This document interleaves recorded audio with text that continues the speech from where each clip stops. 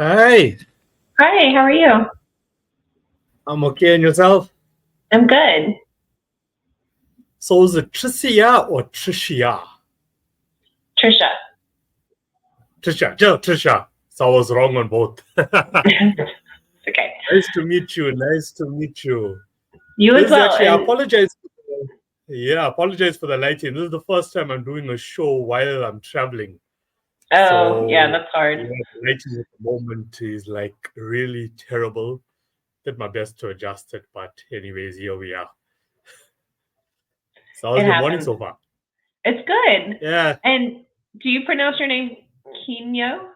Kino, Kino. Kino. Okay. Just making You know, sure. yeah. It's good to get that out the way at the start. Definitely. Yeah. So thanks for coming on. I really do appreciate it, especially throughout the holiday season. Well, thank you for I having me. I guess appreciate you, it too. yeah, no problem. I mean, you're my second to last show for the year. I mean, that's a wrap. It's been quite exponential, exceptional year with the podcast. So, yeah, at least we're closing it down with, you know, amazing talent Well, based, congratulations. Yes, I noticed all your posts were amazing. No, also you. I mean, the basic research I've done on you, you are quite an amazing author, creative, storyteller. So, yeah, a lot to unwrap on this show. So, I guess, before we get to the book at hand, I guess we can start with your career first, where it all started for you, going back to day one. Like, that's my first question with anyone that comes Okay. on the show first, Like, I love to know, like, where it all started.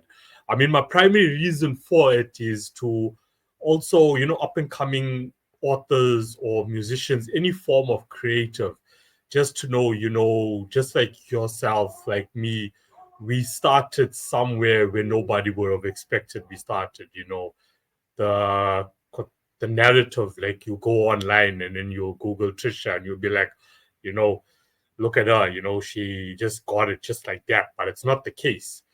So I always love to start with that question, on where, authors actually started with the career. Okay. Sounds good. Yeah, if you're comfortable with that, if you're comfortable to Yeah, going way no, that back. sounds great. Yeah. I don't have the normal author story, so Yeah. So I mean you can go for it. Floor is all yours. oh, okay. Yeah. Well, I didn't ever think I would be an author. I didn't, when I talk to a lot of authors, they usually say, "Oh, I loved writing from a kid. I always wrote in journals," but I didn't love writing. I didn't like writing until I got to grad school. I had my major professor taught me how to write. Of course, it was technical writing, but that was the first time I ever enjoyed writing, and I guess maybe because there was a formula to it, whereas before I'd always thought.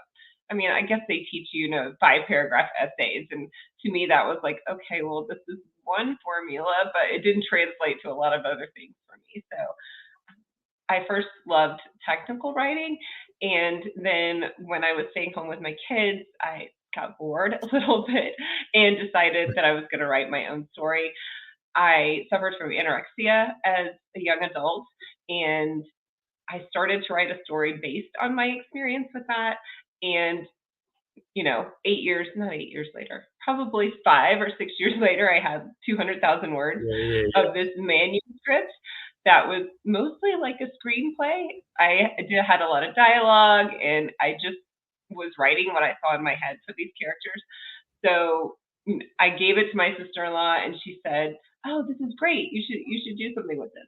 And I had a friend who is an editor and a self-published author, and she helped me edit the book, and that became my first two published books in the Being Me series. So the first book is This Me, and the second book is If I Could Fly. And then it's a 4 book series about a girl who's in college and develops anorexia, and it's really about her growth and recovery through that time in her life.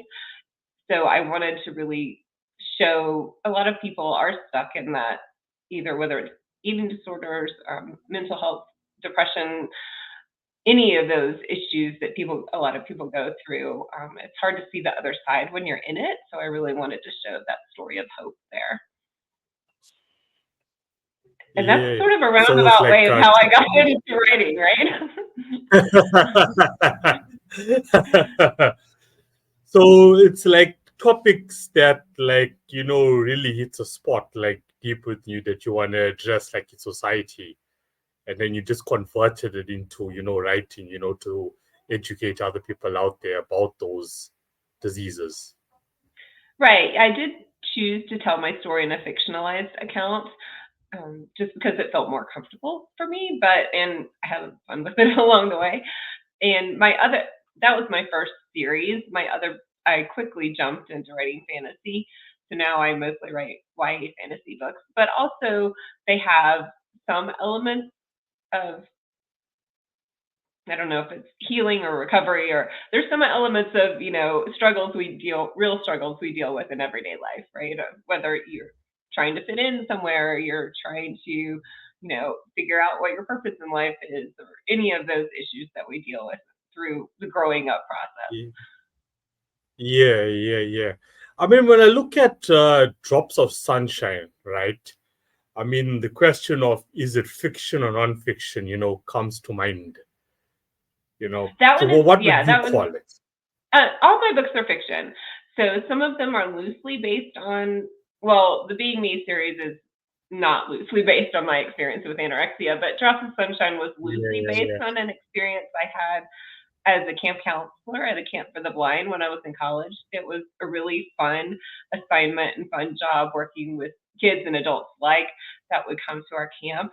But Drops of Sunshine was my first fantasy slash paranormal book that I wrote after I wrote the Be Me series. So a girl is struggling with her parents' divorce and a scandal in her hometown, and she just wants to escape all of that. She decides to become this camp counselor out in the middle of the woods. But when she gets there, she realizes that some of the campers know things about her that they shouldn't know, or that she hasn't told them. yeah, yeah. So it's this mystery around how do these campers learn private details about her life, and her discovery of that kind of helps her open up and heal from the tragedy she's been experiencing. So, like, based on that, why would you you know, brand it under fiction? Because it is fiction. I mean, they're fictional characters. It's not, Yeah, like, yeah, it yeah, okay. wasn't So you get like the me, fictional right? characters, yeah, but like the storyline behind it, for me, it's like non-fiction. This is like stuff that can happen in reality. You know, can happen to a 16-year-old. So Nina may be the fictional character, but for me, I feel like there's a lot of like Ninas out there, Right, non-fictional definitely. I mean, Ninas out there. right. I think that's what we do in fiction. We tell stories to help make sense of our lives a lot of times and help make sense of the Yeah, world. it's that fine line between fiction and non-fiction. You Right. know, Sometimes. that's how, yeah, that's how I took. That's how I took Drops of Sunshine. Like I just felt like uh, of course I never read the whole book, but I mean, just like bits and pieces of it was like, this actually happens in real life. And especially the age that you selected, 16-year-olds. Like I feel in society, like for what I've evaluated for myself, like that age itself, 16, we see a lot of this happening, in the world today. For my own personal evaluation, my own personal opinion, at that age. Right. So Those that are critical whole, ages of, you get more responsibility, and what are you going to do with that responsibility, and how are you going to handle all your stress and angst, I guess, yeah. that happens. Yeah, so what more can you like you say, okay, but of course not, go into detail, of course we want listeners to actually, purchase the book and, read it themselves. But like any underlining like, comments you want to like say about it. Like what is, Right. Well, it's a fun any book. I other form of mean, inspiration. yeah, it's a fun book. She goes to this camp, and she makes some friends and she makes some enemies, and she makes some bad choices and has to get out of those, and there's a little bit of a romance subplot too, so that's fun. And I loved one of the reviews I got one time. It was like, brings back the feeling of campfires and singing around the campfire and rainbows and all of those feel good things is Yeah. what I went for. So It's like, I'm gonna go back to like being 16 years old in 2024. It's like in your book of, instead of facing the trauma that Nina was going through, she actually seeked out to find some form of distraction in a right, relationship. I've seen that happen also in reality. right, Instead of actually facing the trauma hands on, you find yourself, or a young lady will find himself in a relationship, which can, a good high percentage of the time be like a toxic relationship to take you away and distract you from the trauma itself. So it doesn't really like heal you, but you expect the relationship is actually going to heal you, but it actually sort of like make things worse. compounds things sometimes, right? When we're young, it's and well, adults may do it too sometimes, right? Like we don't always Yeah, deal with yeah, things the yeah. way as in the most healthiest that we probably could, but especially during that age, right? When you're a teenager, you just try to figure it out on your own sometimes if you don't have like healthy things mirrored to you. So why not like run to a camp and get a new boyfriend? Yeah. Or like not even like in a camp. So like what, from a traumatic point of view, like what would be your personal opinion on why does that happen? You know, And like why, okay, why did you choose that option? You know, why do females choose was that option? I yeah, don't yeah. know. Why Yeah. why choose that option? Um well, and maybe it's a safe, I mean, distraction and a safety factor too. You're looking maybe for someone else to take care of you a little bit. True, true. And Yeah, yeah, right. yeah. And That, yeah.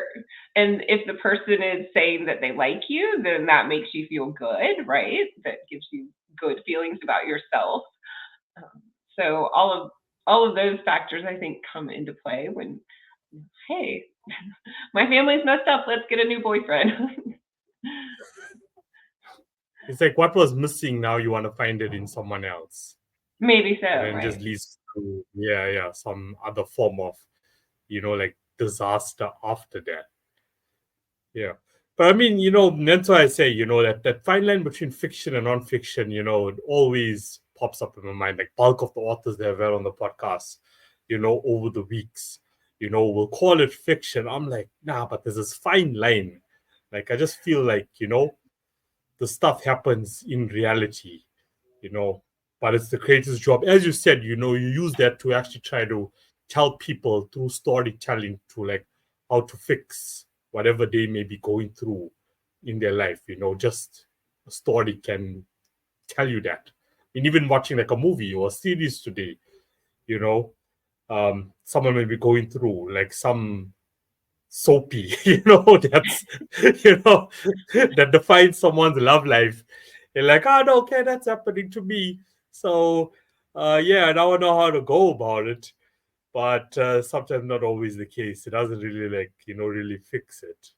Well, yeah, and I'm So not going to claim to have all the answers or to be certified in anything. So, yeah, yeah. Like it was yesterday. I had a so this is my own personal podcast, and I'm a co-host on another podcast which is called Talking Back to Suicide. And the guest that we had on, yesterday, is more or less, down the line of, how you defining it. The topic just comes up, the psychology behind the decisions that we make, um, you know, all the time. So it's also so there's like a trend for me. It's just like this trend, that I see that's happening with a lot of people. But I mean, like, he's at the end of that conversation, he says, as creators, any form of creators, our main and primary responsibility is to help someone through our art, and storytelling, and especially like with your story, to find out how it ends. Of course, listeners need to go out and need to read the book. Like, what is the conclusion for Nina and her life, with that trauma? Or maybe there's a sequel. I don't know, We'll see what happens next with you with that. But, it's our responsibility to help people such as the Ninas of the world, if I have to use that as an example.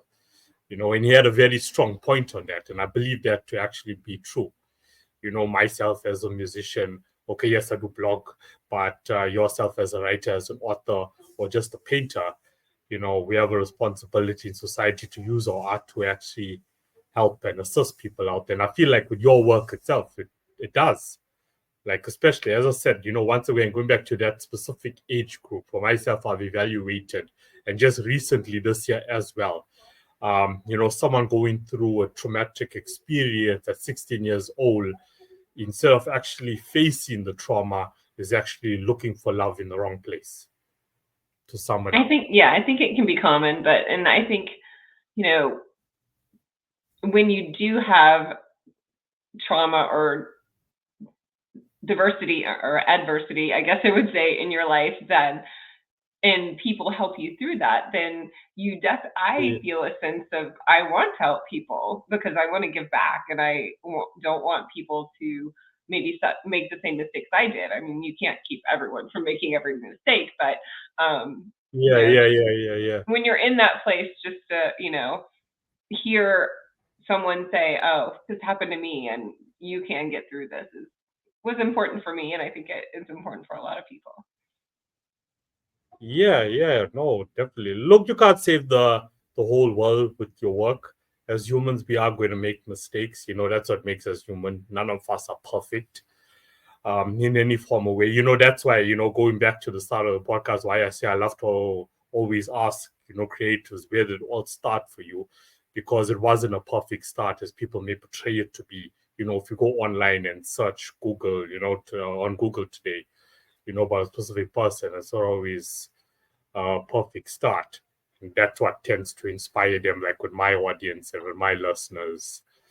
So when it comes to, like, are you independent or are you working through a publishing company I'm an or indie publishing publisher. house? They would love to say it. I'm indie published. I publish my own books. So You indie publish, so you got your own yeah. publishing firm. Okay, that's Yeah, quite cool. it's my company. I've only published my books so far, so I don't really have any Yeah, plans yeah, to yeah. expand that. But yeah, So any plans to expand, as in bringing other authors in, like under you, under no, your umbrella? probably not. Yeah, I don't think I have the capability. That's not my expertise, I guess. I would probably have to Yeah, bring so many people in to do it because I don't edit. I don't, do graphics or any of those things. I just write. yeah. But like, I had the same feeling for myself, like within the music industry. So, I mean, okay, when COVID happened, like there was enough time on the table to actually self-educating oneself. If you actually utilize the time that you had, and not waste it, while sitting at home, like I also had the same feelings like, can I really do it myself? Can I really compete? But I don't like to use the word compete. I love to use the word collaborate. That's what, like, my message I like to, like, get out to, like, the music industry itself. It's about collaboration now. It's not about competition. And I have the same feelings. And you'll be surprised how much that other, in your case now, that other up and coming authors don't know. Because none of them know, which direction to actually go to actually self-publish their own work.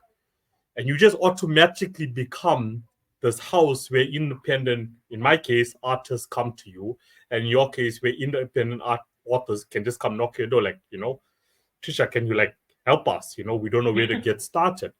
And then, your strengths may not be graphic design, but then it's so easy to, like, source those indie graphic designers now, and then you bring them in. Like, that's like the model, like, I have, like, with my record label. I have no one that works for me and I work for no one, but we all have a partnership agreement. So if your strength is graphic designing, so when it comes to designing, the album art cover or a book cover now, in your instance, you'll outsource it there. I think where people get very worried, is when it comes to the finances to actually back up their projects. because end of the day, it does cost money. For you to self-publish your book, it does cost money. So that's where, like, they can be like skeptical. Okay, can I trust, Tricia, or can I trust Kino when they're saying, okay, you know what, this is how much you actually will need upfront to do it. But I mean, in the last 4 weeks, you're the third author that I've had that's, completely independent. Other authors, their fear is, okay, if we're going to compete with the traditional system, we have to pay in advance. Now if you get signed to a publishing house, they pay you in advance. If you get signed to a mainstream record label, they pay in advance. So we can't pay, that advance. Some authors is like, the time and energy, do we have it in our capacity to actually do it, because we want to focus on our work. So now if I'm going to sign on another author, I take on the responsibility now of editing as well, Right. that person's work before I actually take it, to market. So now it's just off topic, but you never know where it can really take you, because um since I've been having authors like on the podcast, right? Before it was only like, music industry professionals on the podcast, but since I've been having like authors on the podcast, there's so many similarities, That's why the entertainment industry has so many components to it. And there's so many similarities, It's just on one hand, one person is publishing music, on the other hand, one person is publishing books. But there's so many similarities when it comes to the pros and cons, the challenges that we face, being independent. It's common. So what would you say, Definitely. like how long have you been independent? I think that would be I like have my been first publishing question. since 2015, so almost 10 years. I've been publishing my own books. Um, yeah, just surrounding yourself with really good people, good editors, good cover people. Um, and you're not always going to get the right information. I've taken a lot of courses, and sometimes you Yeah, get led yeah, yeah. astray, but it happens. You just have to be smart and you have to keep going. I think people that do it because they love it a lot of times, not necessarily because it's Yeah, yeah. paying their bills. Um, but it's a fun industry to be Yeah. in, and I have a podcast and talk to authors as well, and it's just really fun to talk to them. And you're right. I read a book called Be the Gateway, and I'll think of the author, but it's about marketing for creatives, and it's about how to like attract the people that would be attracted, because I mean, obviously there's 8 billion people in the world, and not every person is going to Yeah, love your yeah, yeah. brand of music or is going to love your type of book, or so how do you present yourself correctly so that you're attracting your people, right? Because you only need to attract the kind of people that would be interested in what your art is, right? So Yeah. Yeah, yeah, yeah. Yeah. It's like, what I love to say is you need to be the first you, not the second somebody else. As up and coming creatives, like we want to, okay, yes, cool. We can have like role models and people that inspire us within the industry itself. But their audience is not necessarily going to be your audience, right? So you put two authors on the table, okay, the genre may be the same, but out of 7 billion people in the world, your audience and my audience is not going to be the same. So it's about actually looking at the data, like where is my audience? I need to focus on my audience and I need to create material for my audience. There's so many creators that are marketing their work to the wrong people, and expecting some kind of ROI that's going to make the eyes go big. Not just financially, but as in growth wise as well. Like, look, people actually reading my book or people actually listening to my music. There's a lot of creators, that are just focusing on the wrong audience. You see, so while I was self-educating myself, I ended up becoming like a consultant now for independent artists, and that's where I saw people actually going wrong.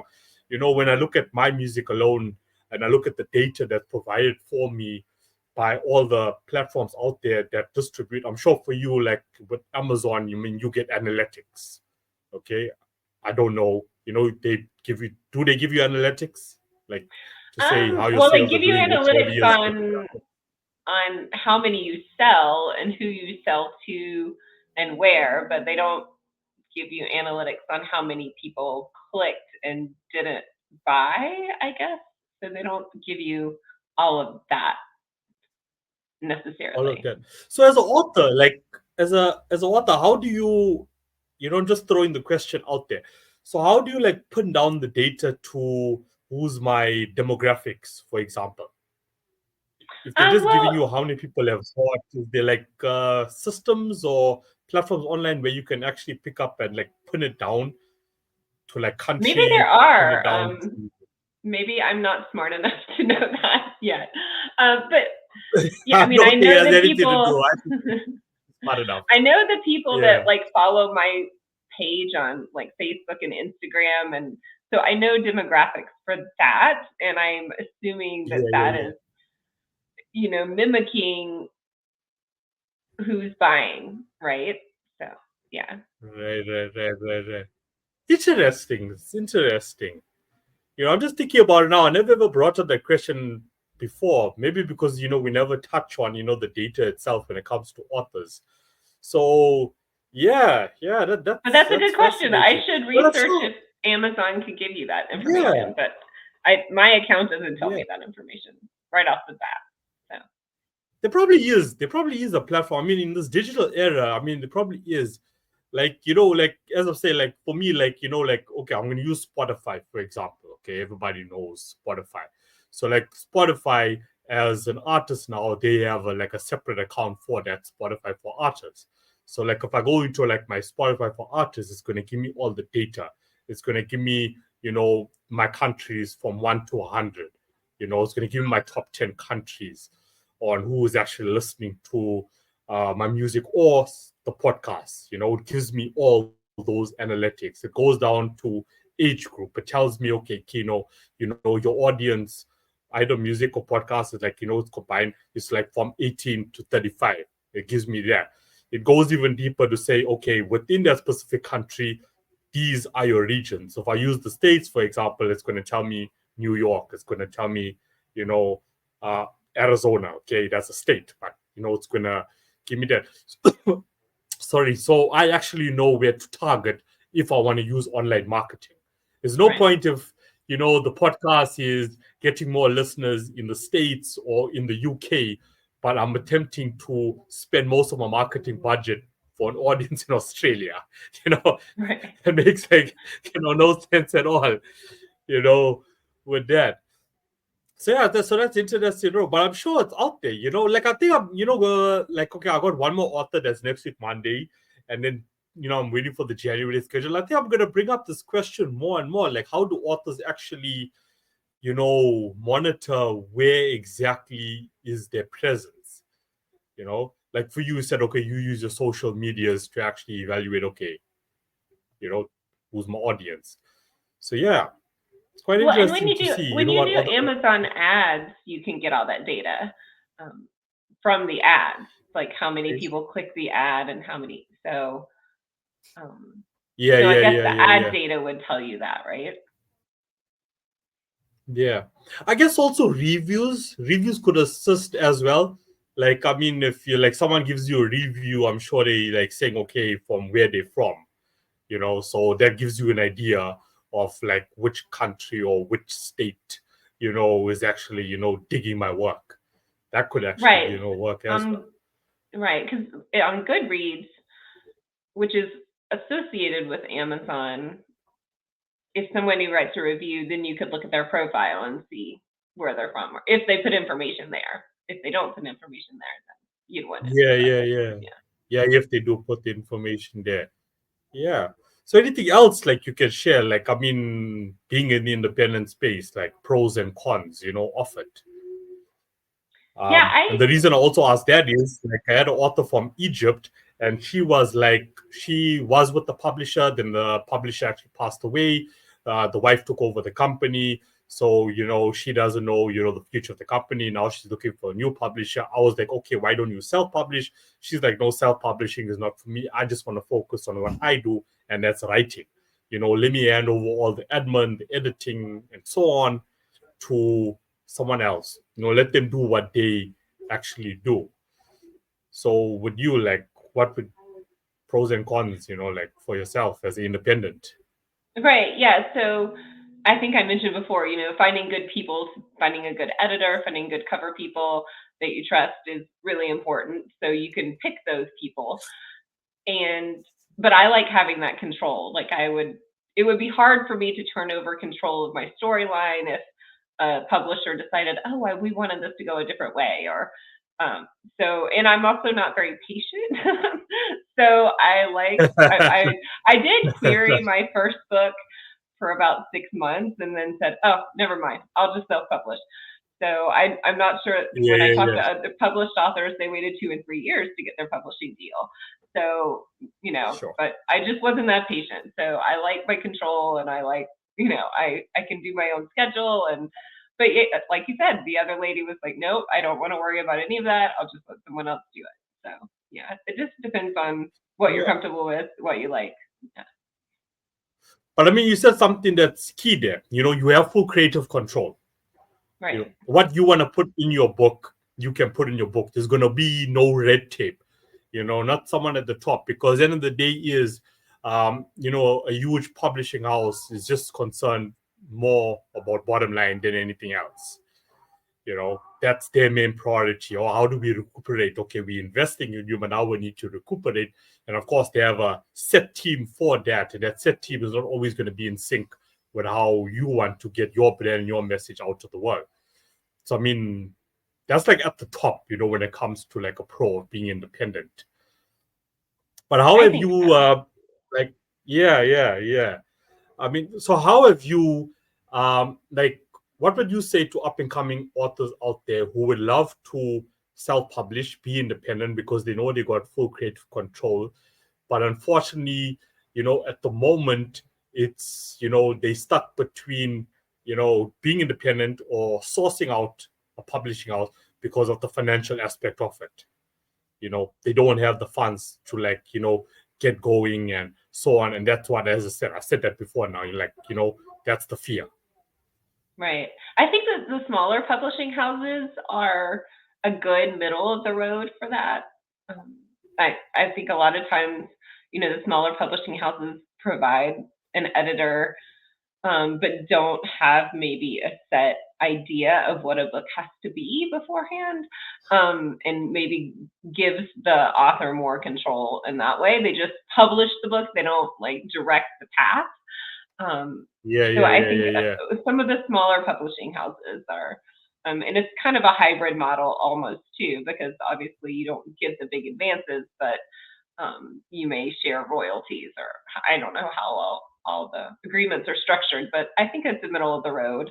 Um, it's interesting because mostly when I talk to authors, they say the biggest thing is marketing, and and especially with a small publishing house, you might not get much marketing support. And I mean, the big ones obviously do, but even with like mid-grade publishing houses, sometimes you're still doing your own marketing. So it's Yeah, interesting. yeah, yeah.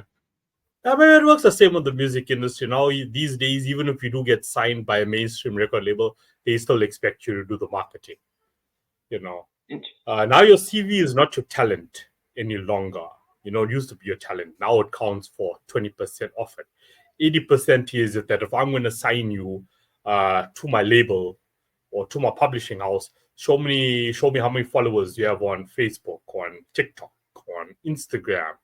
What's your presence online? That's what they're looking for. So you Interesting. could have, like, you could be a terrible creator in whatever you're doing, okay? But for some reason, you have, great influence online. You manage to get great influence online. You will get signed. So that can also become like, demotivating for a lot of extremely talented people out there. So, that's why I Yeah, use, like, yeah, it does become demotivating. Like, where do I start? You've mentioned marketing like twice now during our conversation. So marketing seems to be like at the top of the list of like an issue, like a roadblock for a lot of creators. I think it Correct me is if a I'm big wrong. pain point. Yeah, Yeah. because it's not our first. It's not something we know. A lot of Yeah, people yeah, know, yeah. maybe more now, Yeah. but yeah. And especially with advances with technology at the moment, which is changing every day, you always have to change your strategy. You have to change your strategy and how you're going to go about it. I guess being signed to a publishing house, they are going to get you into bookstores to do signings and so on. That can be a benefit. Now you have to do it yourself. You actually have to approach the bookstores and say, okay, what, can I have like a day where I can actually like come in and I can actually, Right. have a It's table just how set much up work that's you like, want to put into it versus how much you can hire to have someone else do it. Yeah. yeah. So, I mean, marketing is a pain point throughout the whole industry at the moment. That's what I can gather from all of this. Interesting. That's honestly what I can gather. The trend that's happening on your podcast, at least. So, I mean, so since you have like your own podcast and you're chatting to a lot of other authors out there on the topic of artificial intelligence, do you see it as something that's going to be beneficial towards your own personal career and authors out there, or do you see it as a threat? Some people are totally fine with it and say, hey, this is my model for writing a book. I say I want X character in X setting, and it can give me the start of a storyline. And so that's how I start my storylines. It's sort of an idea generator for them. I've talked to authors who do that. And then there are other authors that are completely opposed to using any kind of AI. I don't use AI. I haven't, but I haven't even played around with it. So usually, you can tell when something is written by AI or something is read by AI. It just sounds different. It doesn't sound human, for lack of a better way of putting it. So I think, consumers are going to choose that too. I think it's going to be dictated by a consumer who is going to read something and say, this seems weird, or listen to something and say, the intonation is wrong somehow. Yeah. So yeah, I think But it's just it's like, what people get used to and what people want to hear and listen to and read. yeah. One thing to keep in mind on what you said on, you can look at something or you can read a piece of material and you can automatically pick up that, look, this doesn't look organic to me. But you see, your brain has that capabilities as a creator to actually pick up on that. And we have to also keep in mind, that the technology is getting more and more advanced as each day passes. But to the average consumer out there, reader or listener, because we also got now AI, in music as well, their brains are working differently, And now there's a lot of people out there to make a quick buck, is using AI to create books. There's platforms that can create your ebook in 5 minutes. It's out there. They can use that. They upload it. It's on Amazon. Boom, that's it. So that could also be like, why us, we can pick up. Like I could listen to a piece of sound and be like, okay, this is organic, or this was AI created. But to the average person out there, and like with the latest stats on the music side of things, people are starting to dig AI music, AI generated music, you know? So it's like, the cherry on top of the cake, when it comes to the questions asked, like, on the podcast, when it comes to creators, like, where do you see it going? Because it's getting more and more advanced. It's getting smarter in the sense of, okay, as you said, there's authors that that are using AI to like get started. And now, because of the advancements that's happening on a daily basis, you could just keep telling it to, okay, re-edit this paragraph, make it more authentic, and boom, it's done. And there's some pieces of material that I've read that I'll be like, oh, I really can't tell the difference here. I really can't tell it because it's just learning and learning and learning. The machine just keeps learning, learning and learning. So the more you're telling it, okay, keep this piece or keep this piece more authentic, comes at. So for authors, it's like, some are for it, some are not for it, as you said. And some are not concerned about it because they said, at the end of the day, is my writing has emotion behind it. AI will never have that. Experts in the music industry have said the same thing. For me, I'm just like in the middle at the moment. you know, I'm like 50-50. There's just too much investment that's going into it. There's too much crowdfunding that's happening with it at the moment. I can't really like put it on what's the future for organic creators at the moment. I can't It is really hard to like know come because to. AI is going to create more competition. I mean, we're competing, and you said you don't talk about competition, but the number of songs out there, the number of music pieces, and the number of Yeah, books, is growing every day. Those created by humans, and then if you add in those created by AI, that's a whole. It could be exponential of how many pieces yeah, are yeah, out yeah, there, right? yeah. I guess the best piece of advice like I can give to creators. Now it feels like you interviewing me. Like, like the best piece I can give creators is to, you know, use, especially between now and 2030. So let's just say over the next 2 years, or as fast as possible, like when it comes to the marketing, is build a solid, intimate relationship with the audience that you already have. Focus on that audience.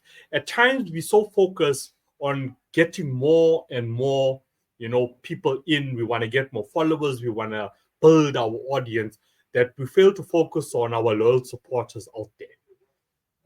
So if I have 1,000 people, for example, could be more, could be less. So I have 1,000 people, I need to start forming like a solid, intimate relationship with 1,000 people, because I know, at least for my lifespan, these 1,000 people are going to stick with me. They are always going to have my back no matter what happens with AI. Focus on that audience. Get to know them like on a personal level. If there's any advice like I can give out to people that I am personally doing for myself as well, is focus on that people. If I know where these people are, I focus on them. So if I'm doing from where you're from, locally, your community, if you got people there, you focus on them, because they are always going to have your back. So that no matter what advancements happen with AI, and no matter how many AI writers come to the table, and I'm sure there's plenty of them coming to the table each and every single day, just because they want to benefit financially out of it. But if I got this 1,000, 1,000, or even if it's 1 million supporters that are backing me, I know that my next organic book that will take me 2 years to finish, the moment it's released, they are definitely going to purchase it.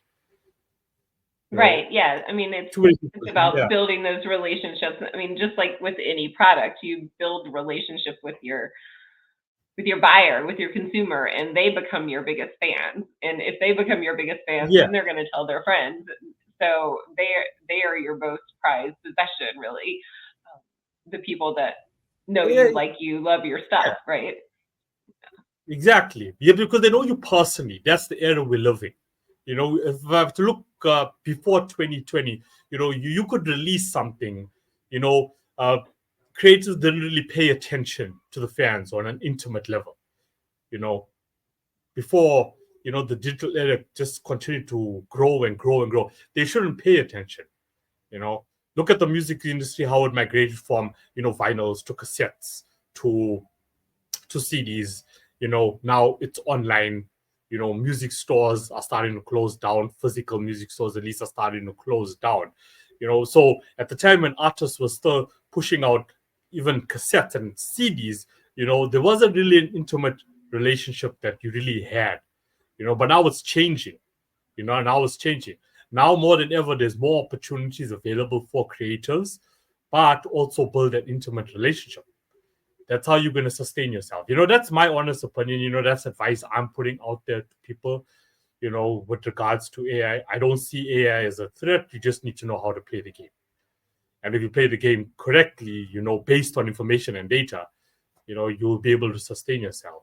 Or a lot of people are just, or companies as well, are just going to be shut down, you know. Yeah, it'll be interesting So to that's to see how that plays out. I have a hard time paying attention to too much at one time. So I tend to be the yeah, kind of yeah, person that's yeah. like, okay, I'm paying attention to what I need to pay attention to right now. Yeah, which is good. And I feel where you're coming from. And yeah, we end up in situations, it's becoming so overwhelming with all this happening in the world, right? It's becoming overwhelming. and they keep your eye on each and every single thing and each and every single development that's happening. It becomes really, I mean, I know I'm speaking from personal experience here, like really, it becomes overwhelming because you'll be in a situation where, okay, you'll be focused on something because there's been new development, with this piece of software that could help us, with our composition. I'm just using this as an example. And then tomorrow, like you go on, and what I do, which is a habit of mine, is I like to see the next day what's, in the news, or not like general news, like flood happening here or whatever the case may be, what's happening like in the music industry, what's happening in the creator world. And then all of a sudden, you will come across there's been a new development with this. You know, Yesterday we were working on this, trying to integrate this piece of software. Now there's this piece of software. So which way do you go, with it? So we're going to see a lot of changes, creators overall, next few years. So I say, we can just focus on the audience that we have now. Will never be, a threat. But if you just turn a blind eye to it and be like, oh, sorry, can continue. My newsletter subscriber group I feel like it's like my book family, because they reply to my emails that I send out, and I write special stories for them that they only get, and they know they can email or ask me a question, or they ping in my email every day. So it's a lot of fun just to talk to those people. Exactly. You see, what you're doing right there is perfect. Is 100% perfect. You're being innovative and you're reaching out through different means. Through different means. Yeah, I recall also a recent conversation, I had with another creator. It was like, you can't just make the book and, put the book on Amazon and boom, that's it, just leave it there. Nothing's going to happen, right? Nothing is really going to happen. It's just going to remain there. That's the easy part. Even though it took you 2 years to write that book and then publish it, get it out there, put it there, that's the easy part. You need to get people there. You need to get people there. Now you need to build your brand, your own personal brand. You need to invest some way. I mean, it's either going to cost you time, money, or both. You choose. But you're going to need to put an investment. You can't just be like, okay, my book is on Amazon now. Let me chill out, relax. It'll sell. Doesn't work that way. Yeah, it really doesn't work. Not unless you're very lucky. So extremely lucky. Honestly, extremely lucky. Please, if you come across an author that's been that lucky, please can I meet them? Please. Yes, I think it's certain topics. Like I knew an author that wrote a book about downsizing and decluttering, and her book sells like gangbusters. So obviously a lot of people feel like they want to downsize and declutter. Right. Okay, I feel you on that. Okay, that's quite cool. So what's next for you? What's next for the year ahead? Are you planning any new material? What's next? Yes, so like I said, Drops of Sunshine was my first fantasy or paranormal book. And since then, I have 2 fantasy series, the Kingdom Journal series, as well as the Realm Chronicle series. And I just finished the finale to the Realm Chronicle series, so that will be published in next July of 2025. So I'm really excited about that. I love being able to finish a series with my readers, so I'm excited to see what they think about the ending of that. That's also kind of sad too, because I hate to stop writing about my characters, but I think it's a good ending for them. So I'm excited about getting that into my hands with my readers. And I produce audiobooks based on those series too, so I'm going to continue with that. Hit a little snag with my narrator, so I'm interviewing new narrators, so that'll be fun, and just picking the right one and moving forward. Yeah. So like with the audiobooks, is there something that you also enjoy? I know some authors don't really focus much on audiobooks. Oh, I love them. I love hearing my characters' voices, and I listen to my audiobooks in the car all the time because it's so fun and brings me so much joy. So it's just finding the right narrator and making sure you can get the right voice for your character. Yeah, and I think it's a great medium for books. Do you ever use your own voice? I haven't done that. No, I tried reading my own book one time. I went to an organization that reads or records books for the blind, and they had me sit in a booth, and I was so nervous. I did such a horrible job. I might be able to do better if with practice and coaching, but so far I've just hired narrators. Yeah. I guess, it's self-awareness, what's my strengths, what's my weaknesses, which is very, good to understand, that about yourself. Like if you're not good at, being a narrator, okay, put someone there to actually do it. I'll do the writing, you go into studio. Yeah. Right. But do you enjoy yourself, like personally, like listening to audiobooks? Yes, I read most of my books or I listen to most of my books. I guess that's the way to put it. Right. Because, I can listen in the car while I'm doing my chores, while I'm running, exercising. Yeah. And those count to me. I did get a post on my social media, the other day that said it didn't count, but I'm counting them. So, yeah.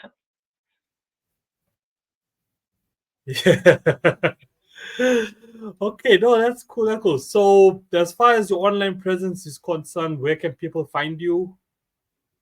The best place is my website, triciacopeland.com, TriciaCopeland.com. And you can go there and get some free short stories, which are intros to my work, and see all my published books there. Okay, perfect. No, I'll definitely put your website, always there anyway. Put the website first, in the description. Put it there. So that's about it, like fast. So, like as far as Facebook is concerned, Instagram, no account there. No, yeah, I do have Facebook, Instagram. I have a TikTok account. I have a Twitter account. My YouTube channel has a lot of my content from my podcast as well, and trailers. So that's a lot of fun. But it's all under Tricia Copeland author or author Tricia Copeland. One variation of that. Okay, perfect. So I'll know what to look for, and yeah, I'll put that on as well. But anyway, yeah, it's been a pleasure chatting to you, especially at this time of the year, making the time to actually come on. Well, thank you. I wish you a happy holidays. Yeah, happy holidays. Like that's why I was like concerned. Like I thought, okay, for myself, just like completely off topic. Yeah, I was like, just conclude yesterday. While I'm in my studio, and that's it. Then do the traveling I need to do throughout this period. But then, I was like, Mickey had your publicist, he had two more. He's like, let's do this two more. So I'm like, okay, let me give it a shot. Like while on the road, see, how it goes. But yeah, so this is another experience for me, well, I appreciate it very much. Thank you. No. Thanks is all on my end. But I wish you all the best, for the remainder of 2024 and 2025. All the best with your work to come. Who knows what the future holds? We might just chat again, and we take it from there. That sounds good. Thank you. And wishing you the best in 2025 too. Yeah, thanks. Now it's been exciting. Look, I enjoy reading both fiction and non-fiction.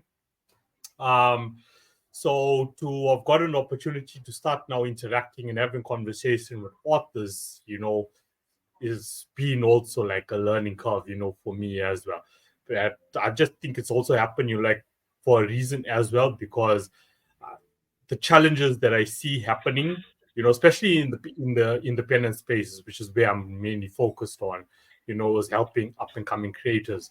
I see why this actually happened for me and why the universe wanted it to actually happen, because now I can see, okay, how to start bridging that gap as well. Because just as much as I find a lot of up and coming artists, there's also authors, that just don't have that direction, which way to go. So the value that you bring and all the other authors that brought to the podcast, like I got so much gratitude for that, because this can actually assist a lot of people as well, that tune in.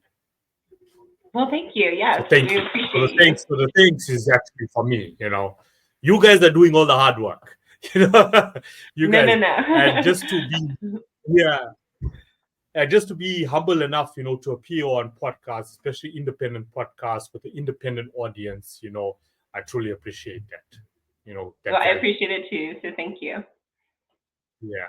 Okay, cool. Enjoy the rest of your day. Happy holidays once again. Have a blessed Christmas. All the best to you and your family. Hope it's a good one. You too. Bye. Okay, bye.